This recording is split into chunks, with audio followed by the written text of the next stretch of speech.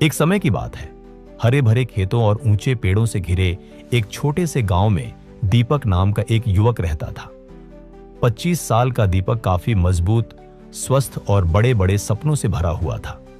वह अक्सर अपने दोस्तों से कहता था, एक दिन मैं इस गांव का सबसे अमीर किसान बनूंगा। मेरे खेत सुनहरी फसलों से चमकेंगे और लोग मुझसे सलाह लेने आएंगे। गांव में हर कोई दीपक की महत्वाकांक्षा की तारीफ करता था, लेकिन एक बहुत बड़ी समस्या थी। दीपक बेहद आलसी था।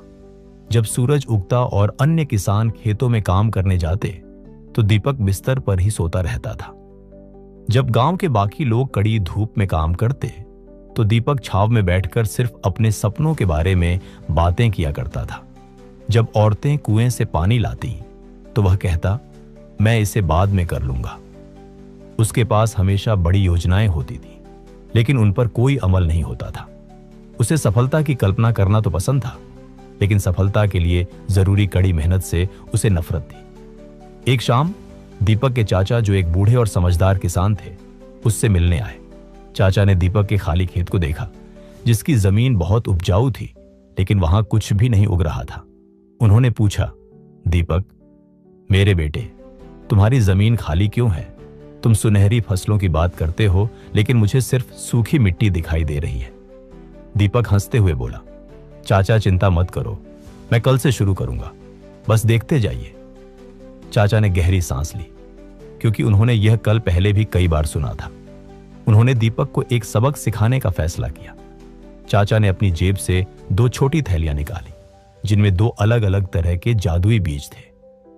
पहला बीज महत्वाकांक्षा का था। चाचा ने कहा कि अगर तुम इसे बोओगे और हर दिन पानी दोगे तो यह एक ऐसे पेड़ के रूप में विकसित होगा जो फल, छाया और धन देगा। दूसरा बीज आलस का था। अगर तुम इसे बोओगे तो यह बहुत तेजी से उगेगा, लेकिन यह तुम्हारे पूरे खेत में जंगली घासों फैला देगा और बाकी सब कुछ नष्ट कर देगा। चाचा ने कहा, अब दीपक, दोनों बीज तुम्हारे हाथों में हैं। तुम्हारे खेत और जीवन का भविष्य इस बात पर निर्भर करता है कि तुम किसकी देखभाल करते हो। दीपक ने सोचा कि वह बेशक महत्वाकांक्षा का बीज बोएगा, क्योंकि उसे सफलता चाहिए। लेकिन जब सुबह हुई तो उसे थकान महसूस हुई और उसने कहा, मैं इसे कल बोऊंगा। दिन बीतते गए और अंत में उसने दोनों ही बीज जमीन में डाल दिए और सोचा कि वह बाद में उनकी देखभाल कर लेगा। हफ्ते बीत गए। दीपक बीजों के बारे में भूल गया और अपना समय सोने, गपशप करने और सफलता के सपने देखने में बर्बाद करने लगा। फिर एक दिन जब वह खेत में गया तो वह हैरान रह गया। आलस का बीज बहुत तेजी से उगाया था और घनी जंगली घासों ने पूरी मिट्टी को ढक लिया था। दूसरी तरफ महत्वाकांक्षा का बीज कमजोर, छोटा और लगभग मरने की कगार पर था, क्योंकि उसे न पानी मिला था न ही कोई देखभाल। दीपक का सपना एक बुरे सपने में बदल रहा था। तभी उसके चाचा वापस आए और खेत की दुर्दशा देखकर बोले, दीपक, अपनी जमीन को देखो, यह तुम्हारा जीवन है। महत्वाकांक्षा एक छोटे बीज की तरह है, जिसे रोजाना देखभाल और मेहनत की जरूरत होती है, वरना वह मर जाती है।